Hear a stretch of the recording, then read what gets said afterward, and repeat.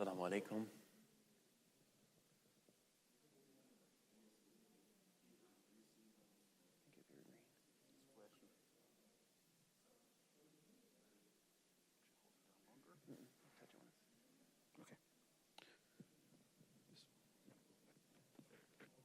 You want to start?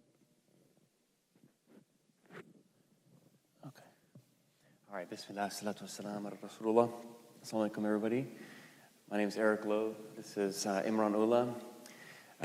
We are both from Card Hassan Foundation, but I wanted to come talk to y'all tonight about how to pay for college. It's the summertime, so hopefully most students out there are starting to get ready to apply for financial aid if they're going to be using that. So I thought this would be a good time for any students who are preparing to start college this upcoming semester, or if you're already in college and you're in the middle of paying for it, give you an idea. Overall, we're going to talk about pretty much four things: the financial aid, and then something called the FAFSA, which is the financial application service, and then kind of give an idea that difference between using interest-free loans and using traditional loans. And obviously, as Muslims, we should try our best to avoid riba as much as possible, but unfortunately, majority of loans out there are going to be your traditional interest-bearing loans. Should I start? Yeah, go ahead. Go to the next one. Yeah. Okay. So first of all, it's just sometimes the question out there if a student even should be going to college or not. I think several decades ago, a couple generations ago, it was almost a given. Like people would graduate, and if you really wanted to get a good job, quote unquote good job, you had to go to college. Now many students are finding either less value in that, or finding jobs without needing a college education. You can go next one. Sorry. But in fact, we can't really answer the question, should we go to college? But we can show you basically the cost and the value of that. And if you decide to go to college, will it really be worth it? So I think that's sort of the question for some students is, if I go out to college and I spend all this money for 4 years, is there going to be any return on that investment, any dividends to return?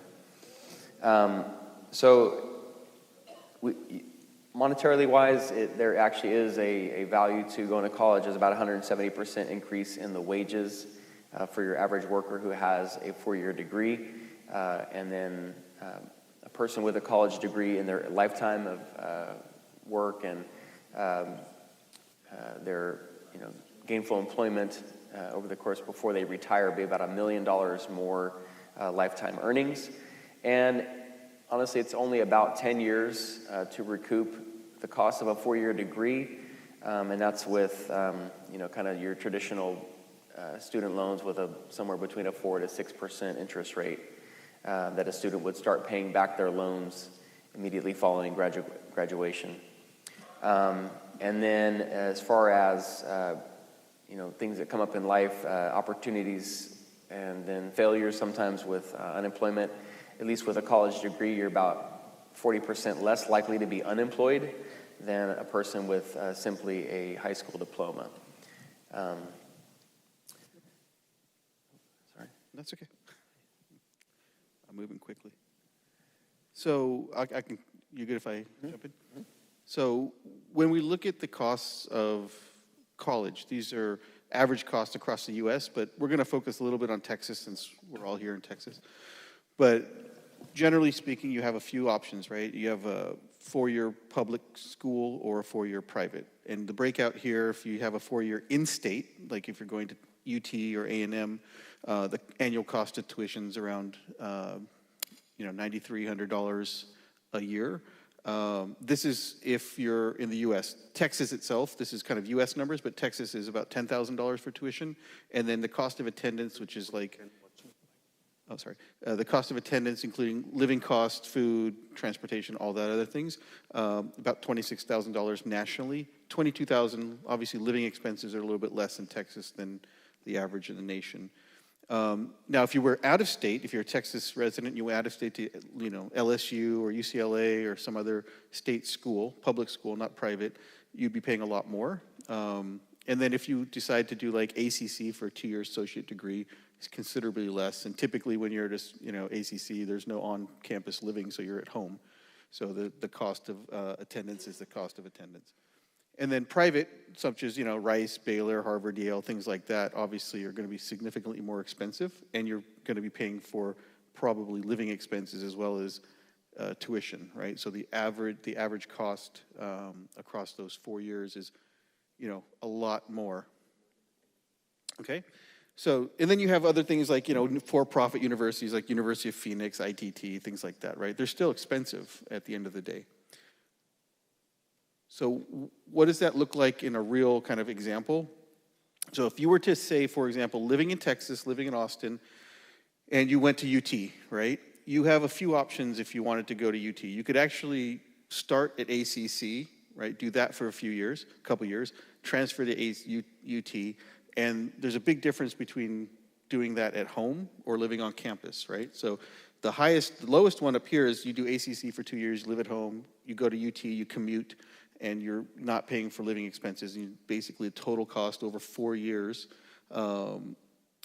is about $27,000, which, about $3,000 and $12,000, $24,000.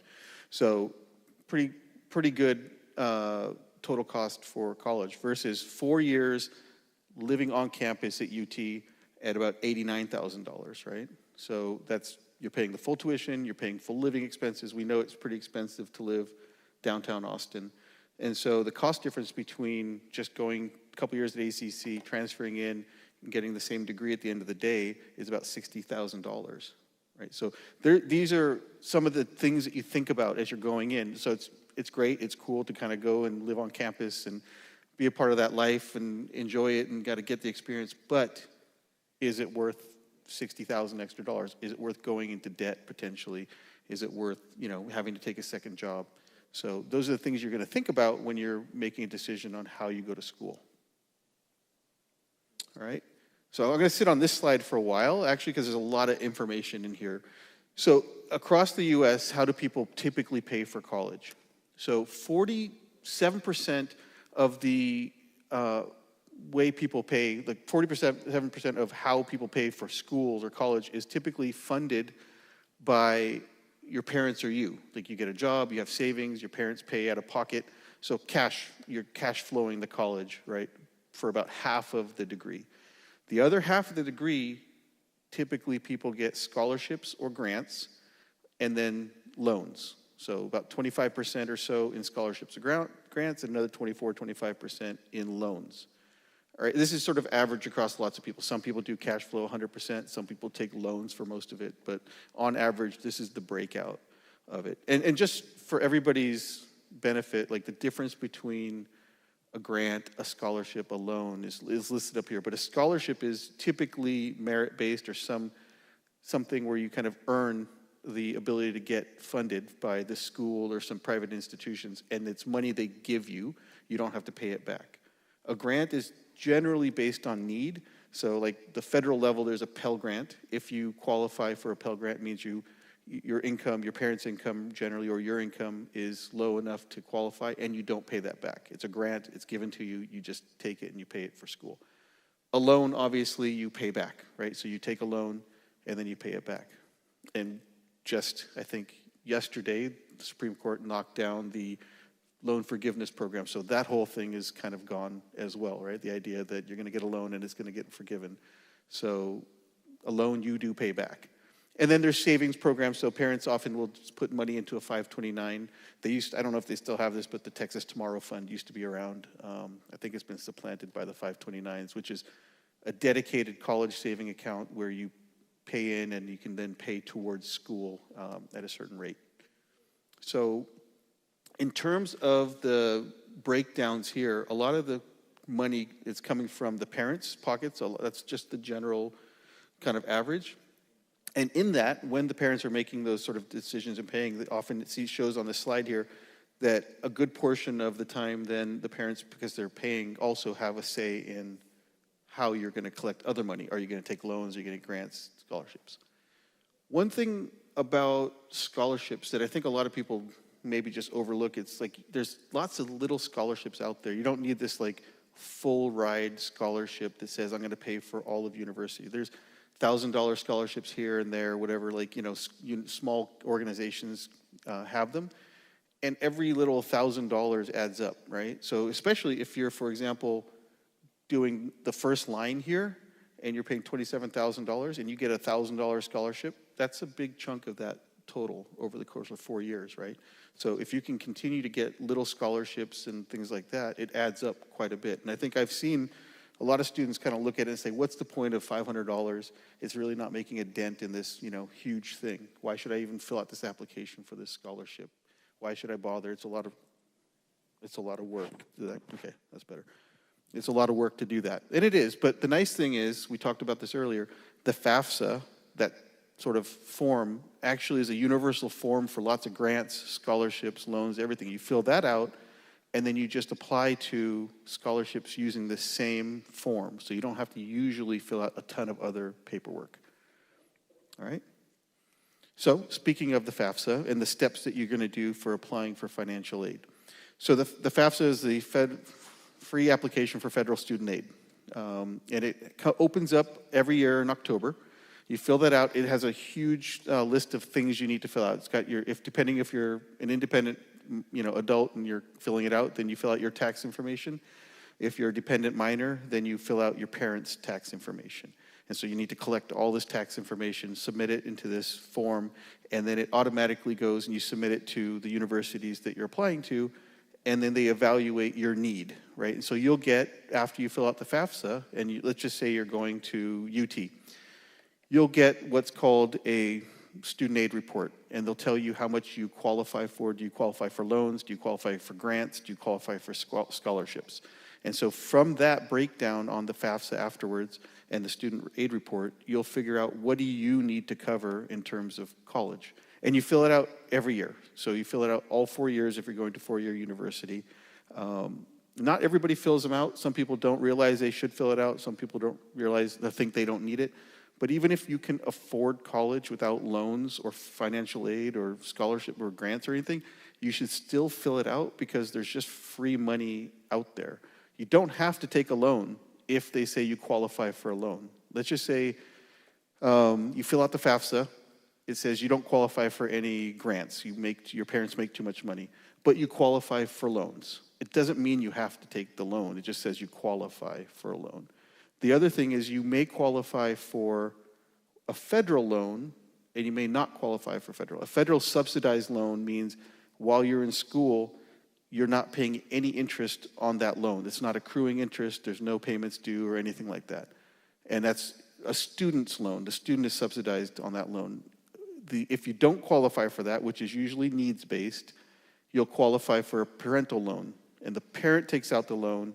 It's not subsidized, meaning it's accruing interest throughout the life of the loan, meaning you get the loan on your first semester of freshman year, and it's, say, $10,000.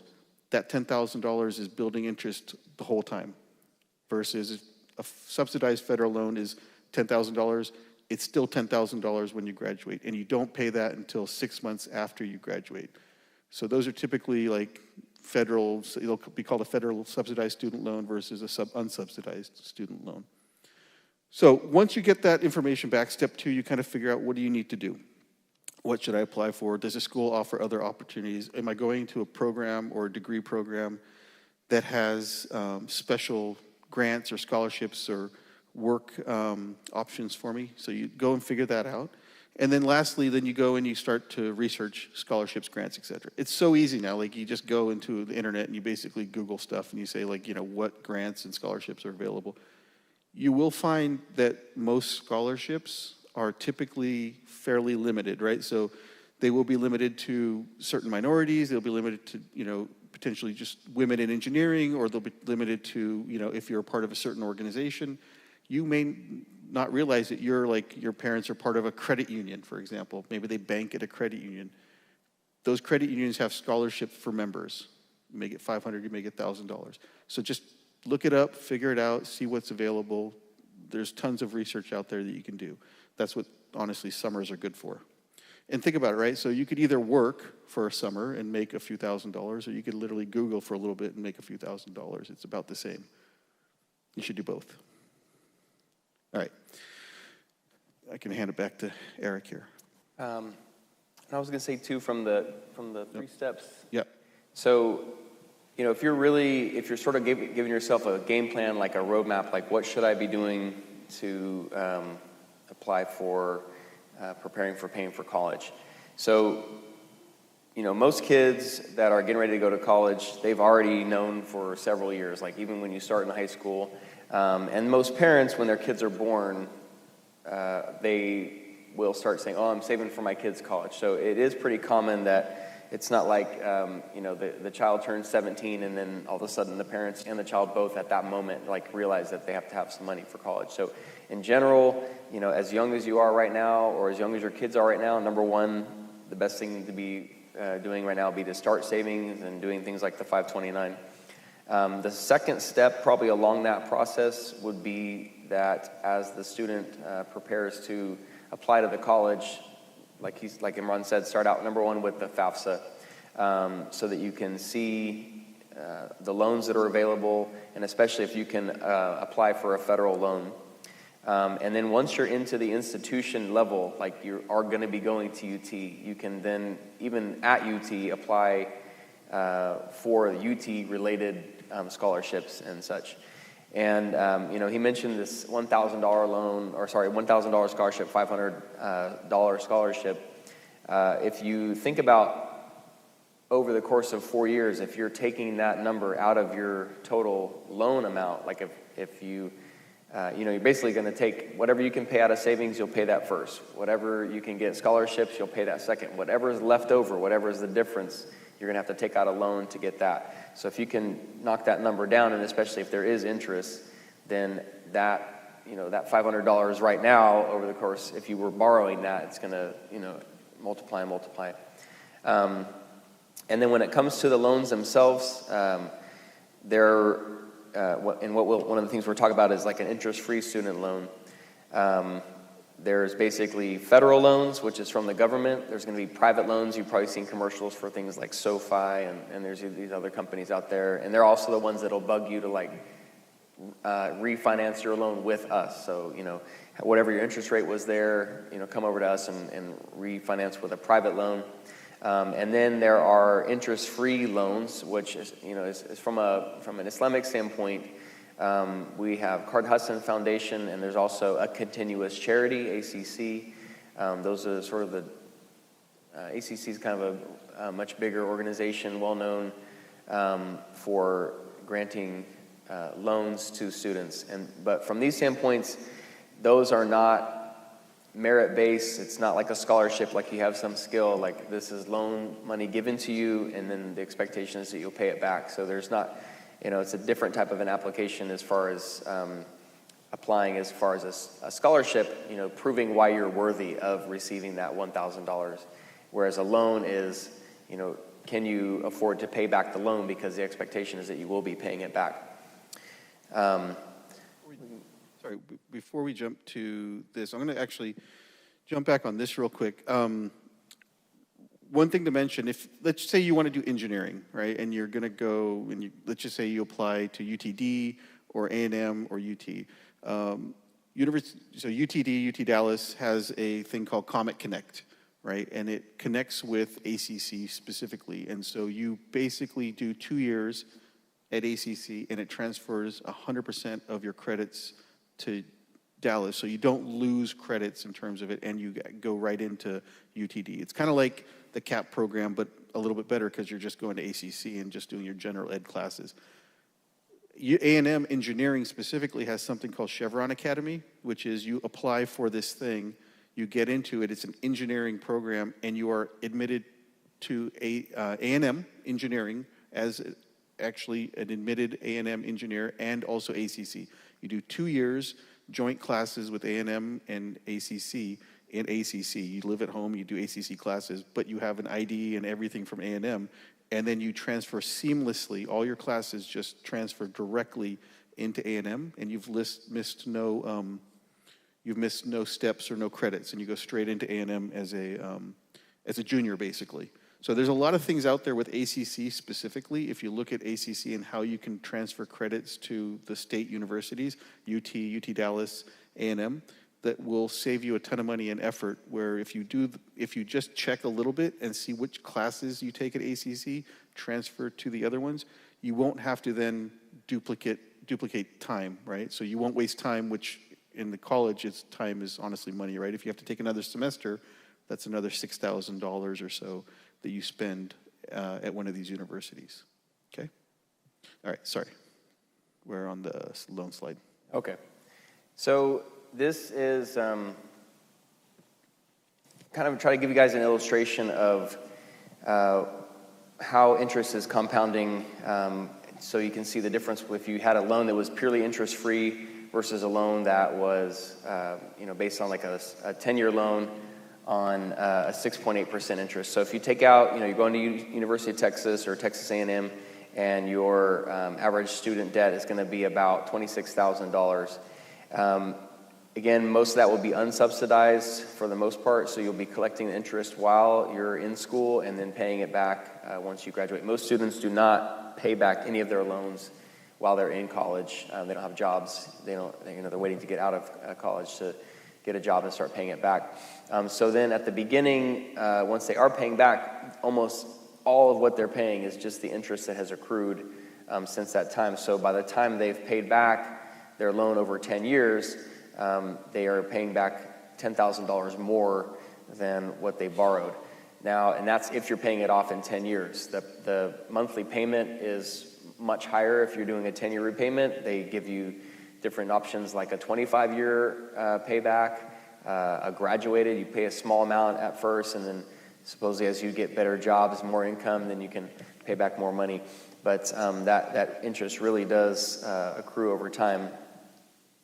So what our organization essentially does is to give Muslim college students, and that includes undergraduate or graduate degree students, interest-free loans, so that you can borrow money from Card Hudson Foundation. We do it both on a fall semester basis, a spring semester basis, and then there's actually summer, so you can kind of get like a third loan in the year. But essentially borrowing per semester. Students in our program actually do start paying back immediately as they take out the loan. So if you're a freshman in college and it's the first semester, would already start paying back a small amount monthly. And then as you add in, let's say you take out a loan for fall of freshman year and then a loan for spring of freshman year, now you have two loans, your payback starts to increase because you'll be paying back both. However, it is only the principal ever, and not using any interest whatsoever, with the idea to eliminate riba. For our Muslim students, it would obviously be trying to eliminate that. Let's see if we go for it. We have a really, I like to share this example. This is my wife's story of her loans that she took out for medical school. And it's kind of a sad story. It's very frustrating, but this was one of her real strong motivations for wanting to do something for Muslim students to have interest-free loans. So on the left of the screen, you see this blue box here. She had post-medical school and residency loans. So medical school is pretty expensive, much more than undergraduate, and she went to a private medical school. So her loan amount after 4 years is about $200,000. When she finished residency, so during residency, you typically aren't paying back also. And so when she finished residency, she immediately started paying back her loans. And for 2 years of payments, she paid back about $34,000. So she was actually really heavily paying it back. 85% of her $34,000 went to the interest only. So she paid back about $29,000 of the interest, and only $5,000 of all that money that she spent actually came to reducing the loan. So after 2 years, she still owed $195,000. Okay. At that moment in our lives, we happened to, I think we were moving from somewhere to somewhere else. So she didn't have the job. We were living in West Virginia, so she was using her job in West Virginia. When we moved, she didn't have a job for about 2 months. And so during that time, she thought, well, I'll go into a economic hardship deferment for those 2 months, literally, and basically return to payments once she got the job back. And so interest did accrue during that time. And so the total interest was about $3,500. So after having paid $34,000 for 2 years and then taking 2 months off, her total amount remaining at that moment was $198,500. So what did she do? What did she do for all that time? And to let that interest reaccrue right away, and then that starts to compound and everything. So it was such a dagger. It's just like, what, really paying something so heavy. And this is obviously why this is haram in Islam. Like, it enslaves a person to the debt if you're just reaccruing and compounding interest and things. So look on the right side. Let's just hypothetical, this isn't real, but it would have been nice, wouldn't it? If she took out her loan, she had $200,000, and then that same 2 years of payments, and then 0% of that was going to an interest if it was just all going to principal. And then, we had students, especially even during COVID, they said, I don't have a job right now, I'm having trouble paying my loans. We understand that, we're very, reasonable people, and we said, okay, we'll let you be in deferment for a time period, and, we didn't collect payments for however long, and, keeping in touch with those people and asking them when they were ready, and they returned that. So let's say hypothetical, Hannah was doing the same thing. She would have had no payments for those 2 months while she didn't have a job. And then at the end, much lower down to $166,000. So, I can tell you now, just another example, when COVID did happen, my loans were similar, about the same. I went to out of state for medical school, so I'll just, to make the numbers easy, also owed about $200,000 at the end of medical school, and then after 5 years of residency. During the pandemic, on March of 2020, the federal government paused all payments on federal student loans and stopped collecting interest on federal student loans. Alhamdulillah, right before the pandemic hit, I was actually considering refinancing my loan with a private. I was on the phone with SoFi, refinancing my loan, and the woman on the phone actually told me, you might not want to do that because the federal government is changing something we heard, and you might not gain the benefit of that. So I didn't do it. But at any rate, what Imran mentioned earlier, the Supreme Court literally just earlier this week finally made a ruling that they are no longer going to allow the pause on the payments. So from my standpoint, since March of 2020 until today, all of my student loans have not been collecting any interest. So I've had a nice Islamic style interest-free student loan. I've been paying it very heavy, knowing that one of these days they're going to start paying me back. So I wanted to have my principal down as low as possible before the interest started coming back in. So now officially September 1st, 2023, the Supreme Court ruled that there's no further deferment of that. And so we are, it's going back into repayment at that time. But that is one of the benefits. So when we mentioned using the FAFSA, one of the benefits of having a federal student loan rather than a private loan, they'll have their money back. There's not going to be any potential for government intervention when it comes to that. So just as this perfect example, and God forbid we have more pandemics, but if there's any other type of thing where the government will intervene on federal student loans, depending on who's president at the time or what party's in power, there might be other things in the future there. Next slide there. So before we go to questions, though, again, just kind of as you're moving forward with your own kids, or if you're going to school, start out with that savings. Make sure you can maximize as much scholarships as possible. Be really good at basketball. Be really good at other sports. You can get a sports scholarship. If you are an engineer, or certain minorities, so find out where you fit into any of those things and really maximize that. Because if you can drive down what would essentially be your principal at the end of the day, then if you do have to end up taking out interest-bearing loans, lowering that principal as soon as possible is a great thing. And then we would love to talk to any of y'all about Card Hussein Foundation, as we are really our purpose, our mission is to provide those same loans and eliminate interest as much as possible, as we should as Muslims. And then we are pretty familiar with the other organization, a continuous charity, ACC. If you have any, there's ACC, Austin Community College. It's not that ACC. It's a continuous charity. Same acronym, but similar ways. So I think if you had a game plan, it would be see how much your parents can pay for it, see how much you can take out from Card Hussein Foundation and a continuous charity, and then whatever the difference is, and then whatever scholarships you can. And then the last bit that you would have to pay for, then you might have to take out a traditional loan. So we'll end there.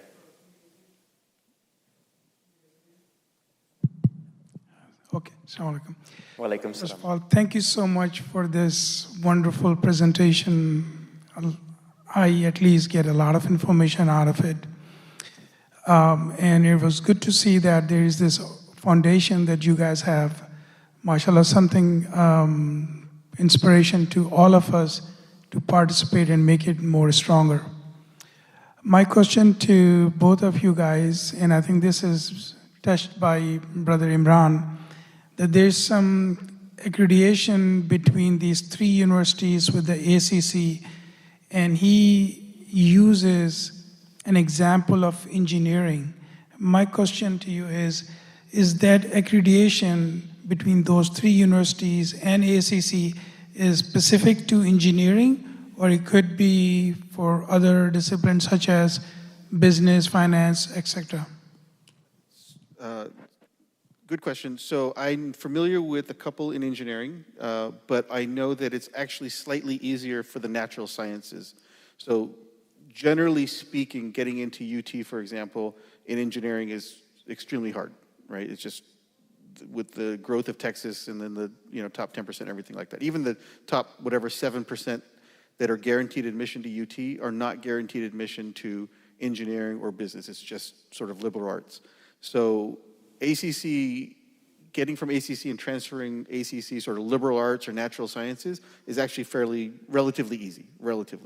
If you go to ACC and have good grades, right? And it's a little easier actually to get good grades at ACC than it is, say, at UT, right? A lot of people go to ACC, work really hard, get a 4.0, and transfer very easily into, like I said, liberal arts, natural sciences. Now, like computer science, for example, is under the natural sciences, not in the engineering. There's an engineering one. I don't know about business. I don't know if there's a specific business transfer path in ACC. It may be worth looking up. I only happen to know about this because my youngest two did engineering, and one did Comet Connect with UTD, and then he eventually ended up at A&M, and my youngest did Chevron Academy and got in. So just for context, my youngest applied to A&M engineering, did not get in on first go, but did get into Chevron Academy, which is fundamentally A&M engineering at a tenth of the cost, right? So it's an interesting thing, but it allows A&M to accept a lot more people in various cities around the state and then feed them in, because they know, all these universities know that there's a level of people who drop out after the first or second year. And so what they do is they cultivate people in these community colleges to fill those ranks after a year or two. That's what the CAP program is about. That's what these funnel is. I don't exactly know, but I do know that all of the community colleges in Texas have codes that then you can compare. There's websites where you can compare, if I take this business class at ACC, does it translate to this business class in this, for example, Macomb School of Business bachelor's degree. So you can actually look at the course catalogs and see if a particular class that you just take transfers over. You don't have to be a part of any kind of program or academy to do that. You can just take an ACC class and see if it transfers directly to UT or A&M or UTD. And Texas actually has a really good translation system online. If you look and see what the codes are, it just tells you if it qualifies for credit. I'm going to take liberty and ask you guys one more question, and then I'll pass the mic on. Seems like you two guys have a lot of knowledge above and beyond the interest and the financing and all that, you guys should consider, in my opinion, as Muslim consultant for the kids and all that, because the information that you possess, it's very valuable, the admission process and all that. At least I didn't know all of these, Chevron Academy or whatever. So maybe you guys should consider carving out some time for the kids and the parents for the admission process. Thank you so much again. Yeah, inshallah. I know Erik has done some of these sessions before I think at Renaissance and here. So we're going to try and do more of these type of sessions, and then people can pick our brains, inshallah.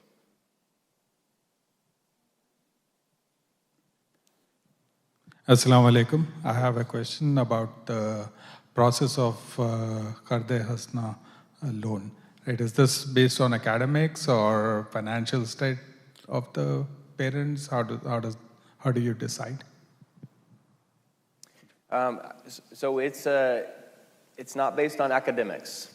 Number one, we do have an application online, and essentially the application is going to look a lot like any other loan application. So it does take into account the ability to pay back the loan. So part of the application is to see if anyone's going to co-sign the loan with you, which is usually the parents. Any co-signers, we do look at the income. We ask for financial statements or previous tax returns, so that there's twofold. One is that we are not trying to create a charity organization in the sense that we're just giving money away as a scholarship. We're trying to provide a service where there is a loan that you pay back, but it is an interest fee. The other thing is that the funding for the loan is from donations. So when we do events as Qarde Hassan Foundation, we sort of have two different things that we do. Sometimes we fundraise because we ask for people to donate money, so we have money in the pool that will be loaned out to students. And sometimes we do events where we are trying to get people to apply. We need to get a hold of students so that students know about us so that they will apply to us. So on the standpoint of the pool of money, that is donated money from the community. And so we have an obligation that we're not just loose with that money. That the person is donating the money with their intention that they want that to be loaned to a student and propagate their education, inshallah, for years to come. So number one, because we have that responsibility, that's other people's charity that they've donated, we have to use it wisely. And so we do have to be careful. It can't just be a random person like, oh, I need $5,000, I'll pay it back, I promise. No, we need to know certain things about it. But it's not necessarily, it's not merit-based. Like if you have a better GPA than a different person, it doesn't matter, because the 4.0 might have no ability to return, pay back the loan, whereas the 3.0, if they can prove financially that they'll be able to return that. So it might be more likely that person actually gets it. To be honest with you, the best way to get the loan is to finish the application. We have so many students that start it and they get 50% of the way through the application or 80% of the way through, and just need to get to that 100%, hit submit, just get it all the way through. So I think, honestly, just completing the application is one of it sounds silly, but that's the easiest step, is to just get through it. And we have a committee, we have several board members, and we talk about each loan application and say, should we loan this money? And, do we feel like this will be, a good candidate and things like that, so.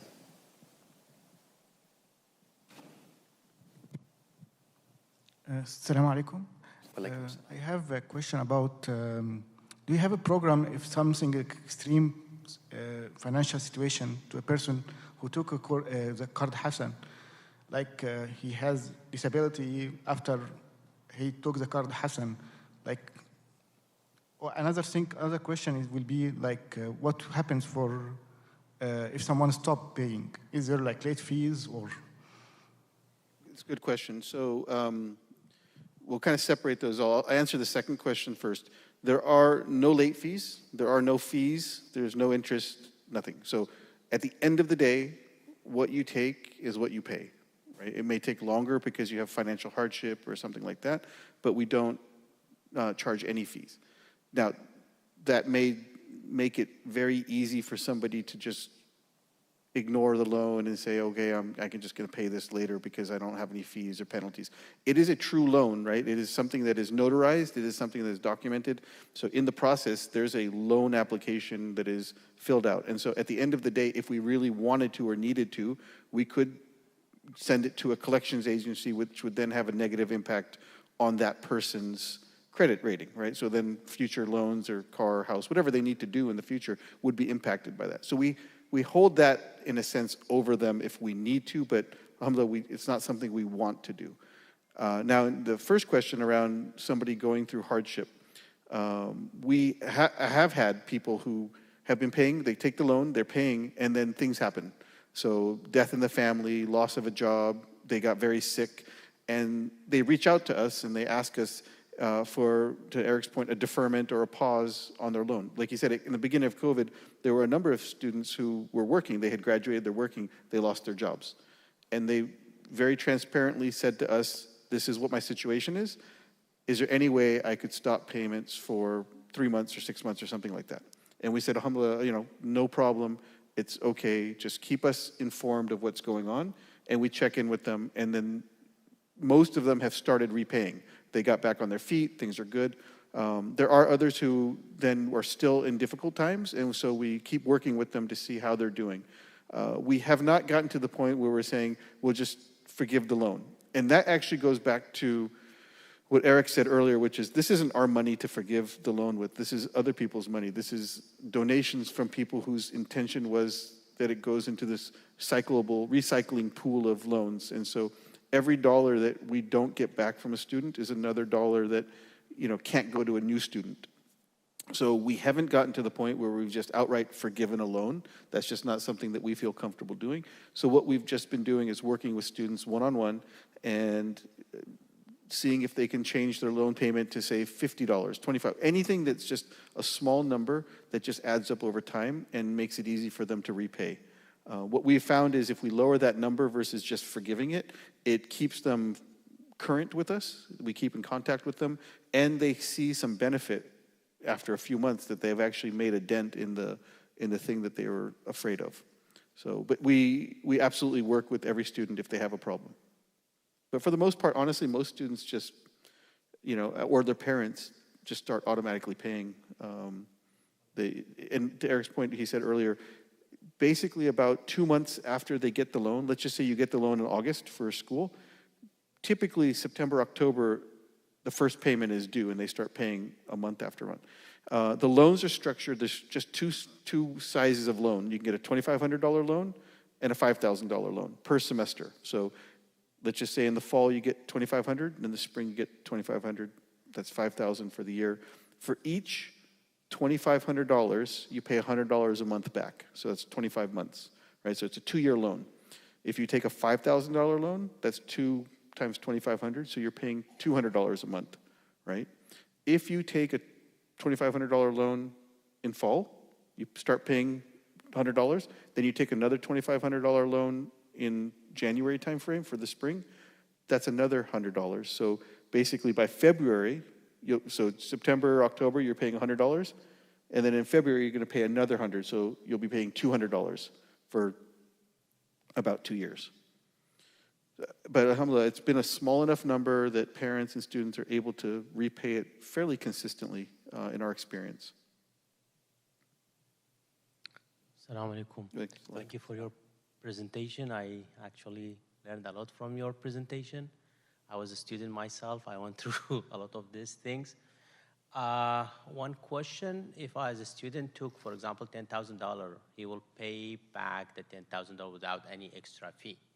Now, that means you don't have any extra fee. You as an organization, you are working there, how you make your money for salary or things? We don't pay ourselves. So we're all volunteer board, 100%. We don't. We just are people in the community who kind of came together and said, this is something we'd like to do, and we do it completely part-time on the side. The only expenses we have are like our website And we actually pay for this loan application program because it stores information like tax information, and we weren't comfortable hosting that ourselves. So we got a third-party software program that hosts it. That's our only big expense. And we have a P.O. box, website, P.O. box, and that application. That's our complete total expenses. Every other dollar goes straight to the loans. We take nothing. So the loans are not intended to make money at all. So whenever we are low in funds in terms of funds to give loans, we'll just get more donations. That's it. But if you think over the course of our entire organization, let's say we've given 20 loans out, once that student pays it back, we're right back where we started. So every return on those payments goes back into the same pool to loan out to the next student. So, we ask people when they're donating, if they donated $500, that $500 is going to get to student A. Student A is going to pay back the $500 over time. That same $500 goes next to student B. Student B pays it back. That same $500. So your one loan can be, 100 students' loans. And then as the student pays their money back, they're returning it. Their money returning goes to the next student's loan. So it really does perpetuate that time. So, the same pool that we can return, it does grow as people give it right back. So it's replenishing itself. Yeah, so to Erik's point, like if we just stopped taking donations and collected all the money back from the loans and over time, we'd have, let's just say we have $100,000 that we've collected and loaned out. We could then give out, $25,000 loans and then repeat the cycle again and again and again. And then these expenses on the side that we're talking about, quite honestly, the board, basically what we do is we just, every Ramadan we give money to the organization ourselves out of our pockets so that it funds the operations, and we don't touch the loan money for operations. So that's generally how we've been structuring it for the last, I think 2016 was our first loan, but I think 2015 is when we started as an organization. Any more questions?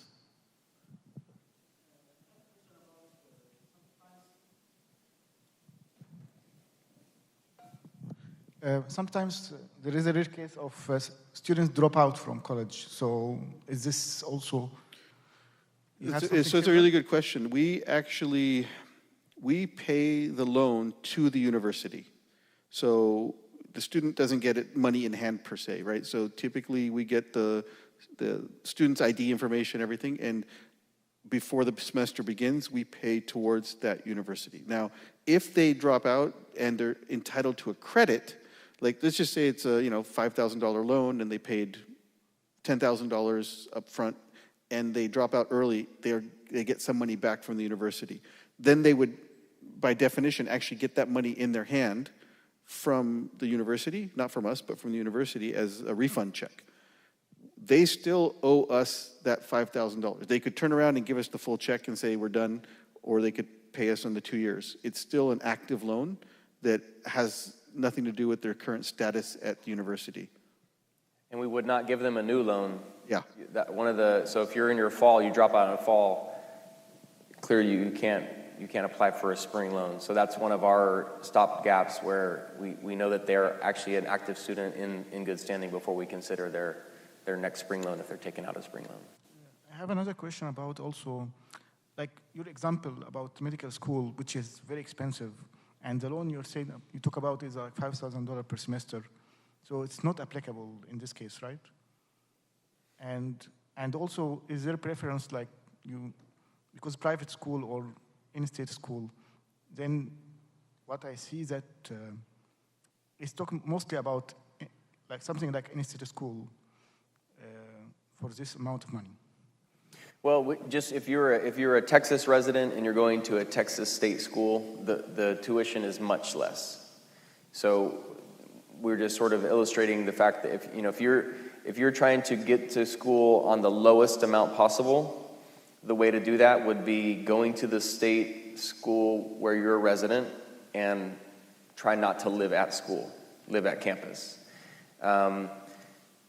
So but there's students that they want to go to Baylor. They live in Texas, but they want to go to Baylor, which is a private school. And of course, by all means, they should go to the school that they want to the best. But the most affordable route would be to going to an in-state school. But yes, medical school is definitely much more expensive. We have not had a medical student yet apply. We've had a few graduate students and some undergraduate students. But again, we kind of come back to the point where whatever dent you can make in that, it's definitely going to help. We certainly, with $2,500 loans per semester, is not going to cover a medical school. We have to be careful with that too. It's because we're not collecting interest. There's not, like if you take out a private loan, the teeth that makes you return it is that if you don't pay it back, the interest is getting higher and higher, and they'll find you. I mean, they're going to come get the money returning. So there's not as much teeth in an interest-free loan that you're going to be forced to pay back. So a $20,000 loan, that could take out a fifth of our entire amount to loan out to people. But if a person defaults on that loan, that's a huge problem. So we're being careful with the total amount that we do. That was sort of we came up with that as a board that we would say, okay, $2,500 would be the amount. But I still think it's worth it if you look at like reducing as much as you can and not only using Card Huston. If you're going to medical school, you should use Card Huston Foundation and a continuous charity and try to do scholarship, et cetera, all those other things we talked about. Try to make as big of a dent as you can so that when you finally take out a traditional loan, it's as little funding in total as possible. And one note on just our applications and who's eligible. So we're available to any Texas resident. So you can live anywhere in Texas. As long as you're a resident of Texas, you can apply for a loan. And you can go to any school, accredited school in the country. So we have students who are in private schools in Boston. We have students who are in other states. But quite honestly, most of the students that are in our program obviously live in Texas and go to school in some school in Texas. But we don't limit what state or university you can go to, just that you have to be a resident of Texas. And that's more of a function of our loan application and the laws which govern loans and the lawyers and things that we've used to kind of structure our loan, keeping it to Texas residents. If you're doing interstate loans, it's a little bit more complicated, and we didn't want to deal with the complications of that. Okay. Thank you. I think we'll end it here. Jazakallah khair to the brothers from Card Huston Foundation. As we know, these are just brothers like us, part of our community. Alhamdulillah, they've taken on a very valuable, noble service for the community. Like they said, $5,000 may not cover anything, but that's $5,000 they've taken out of somebody else who doesn't have to do an interest. May Allah bless their effort. Jazakallah khair. As you know, Erik is an Ashura. Brother Imran is always here. So again, it's a great service. Jazakallah khair, brothers. And you can go to the website and you can also contribute towards it, because that's a sadaqah jariyah. Because you give $1,000, that money, like Erik was saying, gets on helping every year, every student. Allah will reward us. Innamal a'malu binniyat. So Jazakallah khair. And the presentation was already emailed, was sent by WhatsApp. So feel free to pass, it's okay to pass it around to other people, the presentation. So Jazakallah khair, brothers. And we have some snacks out there. Please help yourself. Jazakallah. Assalamu alaikum.